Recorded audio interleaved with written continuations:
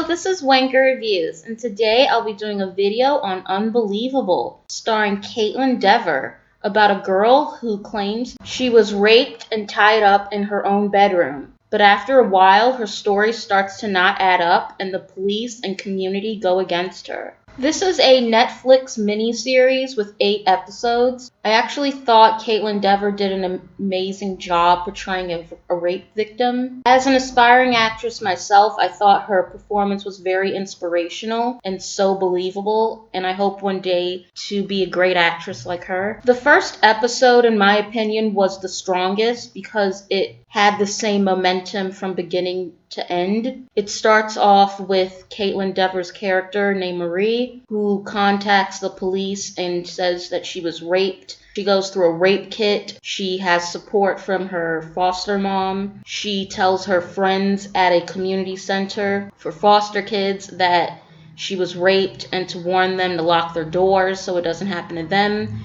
And then after a while, the detectives start to notice loose ends in her stories, inconsistencies, and they call her out on it. I won't give anything else away because there's major spoilers from then on. But again, I thought this was the strongest episode from beginning to finish. The second episode, we're introduced to 2 female detectives who are working on a separate rape case. The 2 female detectives are played by Toni Collette and Merritt Wever. And for the rest of the episodes, it starts to go back and forth between the 2 detectives and Marie's character. Also, Marie's character's story takes place in 2008, while the 2 female detectives take place in 2011. So this story is a span of 3 to 4 years. Now, starting off with the Marie character, I actually thought her character was very frustrating. I know this is based off a true story, but the one thing that really bugged me was when she kept lying. It's one thing to not want to deal with what happened to you because it's super triggering, and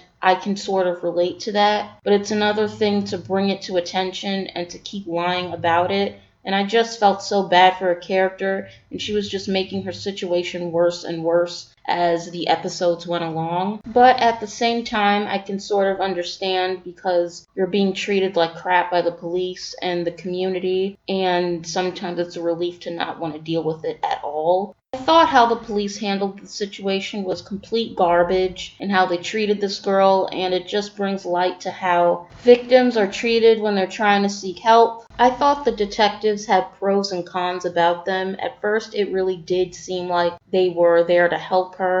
But then the moment she sort of messed up with what she was saying, they were just ready to pounce on her and write off her whole story as a lie, and I thought that was super unprofessional. Not just in this show, but in real life, they really should hire people who are well trained in handling victims like this, because I do think crimes like this are unique. They're not like other crimes. Now, going back to the 2 detectives, Merritt and Toni, they do an amazing job as well. There are 2 detectives that start to merge their cases together to solve a serial rapist. I actually thought there were times where the show lost its momentum.